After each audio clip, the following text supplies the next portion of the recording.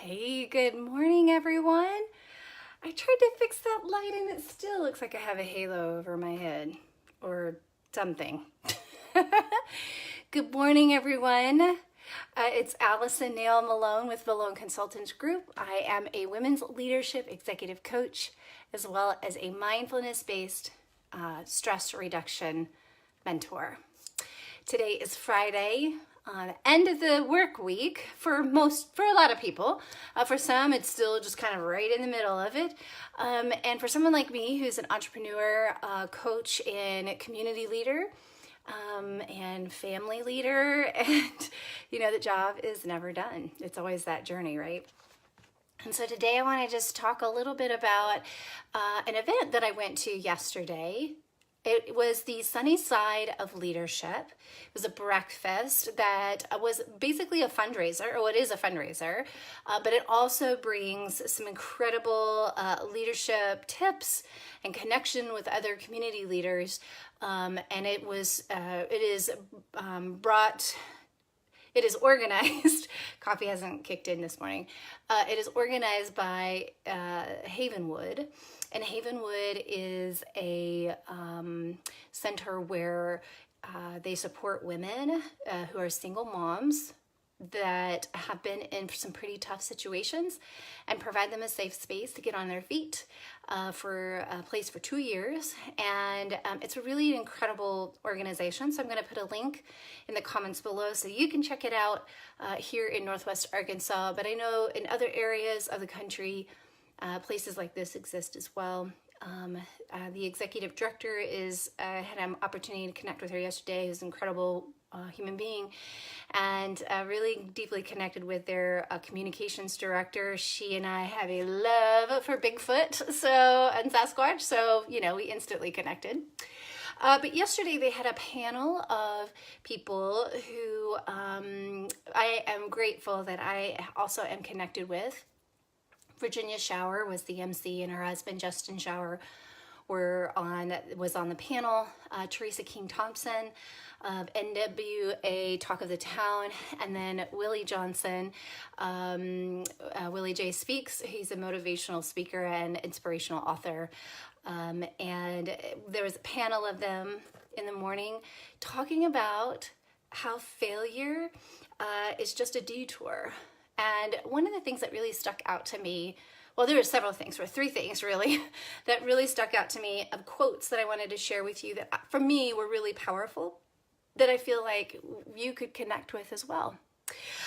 So first is that failure is an option, but it's really reserved for people who try. And I thought that was really incredible. Good morning, Nate. And so when Willie mentioned that, I thought that was really a powerful quote that, when we speak of failure, good morning, Mark, we often attach who we are as a person when we fail. And so another really powerful mindset shift for people that I got an opportunity to talk to after the event was that failure is not a person, but failure is an event. And for a lot of people, they kind of attach their self-worth or who they are based on failure. As an entrepreneur, as a human being, if I'm not trying, then I won't ever fail. And when you're trying, you fail. And what I've learned through my own failures, not every single one of them, but a lot of them, had an opportunity to kind of take a look at them and learn from them. And so Justin Shower, who was on the panel, had been talking about failure. Our fear of failure comes from this place of wanting to be perfect. So we think we have to have all our stuff together. We think we have to have this, or we've got to present ourselves in a certain way, or we've got to, good morning, Sarah, we've got to, have this particular job and do this job this particular way, or we've got to have this family, whatever that level of perfectionism is. For me, it's always been, being the best at everything, whether that means being the best wife, being the best, sorry, there's a gnat in my face. Lots of distractions today. Yes, Nate says every failure, in quotes, is just another opportunity to rise, 100%. And so failure often is attached to the fear of not being perfect. And Justin so perfectly said, perfectionism and perfection is not a virtue. It's actually something to overcome. And we can only do that when we fail, right? And failure actually brings clarity. If you have the opportunity to really kind of look at what that quote unquote failure is, or what happened, and what can you take away from that opportunity to rise. Let's see.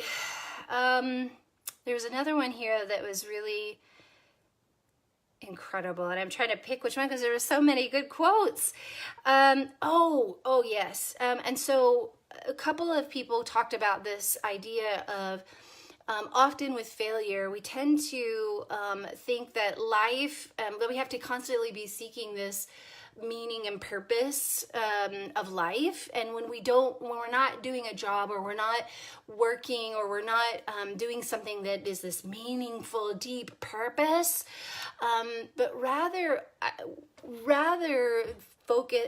than focusing on this idea that I'm not successful, or I'm failing because I'm not doing a job that's in my purpose, or is super meaningful. Oftentimes, so Joseph Campbell had this quote, and he was a philosopher, and he said, we're not looking necessarily for the meaning of life, but we're looking for the experience of life. And when we experience life, that comes with trials, that comes with opportunities, that comes with failures. And, when you think about being a bodybuilder, an athlete, they have to do, they do weights. And when you do weights, it's actually breaking down your body. So you're building to fail your muscles, right? So that when your muscles heal, they're stronger. And so that's what failure does for us as well. It may feel like in the moment that failure, that mistake that we've made has broken us down. And it probably did. But that breaking down actually is what builds us up and strengthens who we are when we begin to heal. And sometimes that healing will never have a destination point. It's a journey. And it's really powerful that when we think about that failure is not who we are, but that failure is just an event in our life. So really, one of the mistakes that I talk about when I do career coaching, or when I speak about making mistakes in your career, younger in my career, when I first started managing people, it was the first time I'd ever managed people. Had never been taught how to manage people. And my boss at that time was not very good either. And so I had been called out on something, and by my manager, because of the way that I was managing my team. And she was only reflecting back to me what I knew was true, but also I saw in her. And I started to argue with her. And instead of accepting responsibility, I was like, oh, but what about you? What about you? You're not a good manager. So I just didn't hear her at all. And I wanted to deflect blame and responsibility.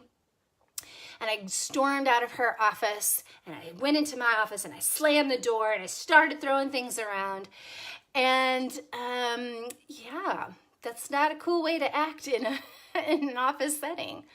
So the next day, I was put on a performance improvement plan.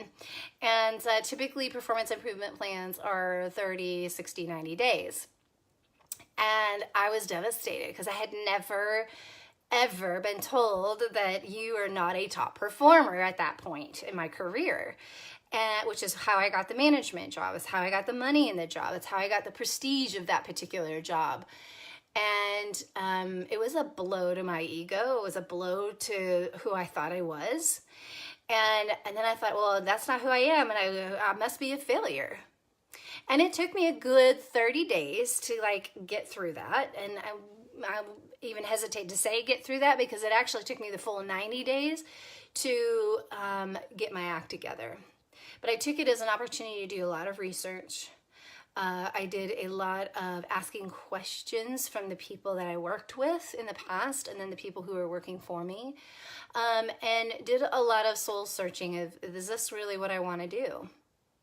And at the end of that 90 days, not only did my manager, but my manager's manager said, I don't know what you did, but who you were 90 days ago in your thought process is not who's showing up today. The way that you're showing up today is what we expect moving forward. And that really was a life-changing moment for me, because I really got to see, the people that are, working on my teams in a different way. I saw myself as a leader in a different way. And that failure actually built my compassion muscle as well. So it actually was the driving force for me to start pursuing coaching. No one coached me, and I had to learn the really hard way. And I made a lot more mistakes since then.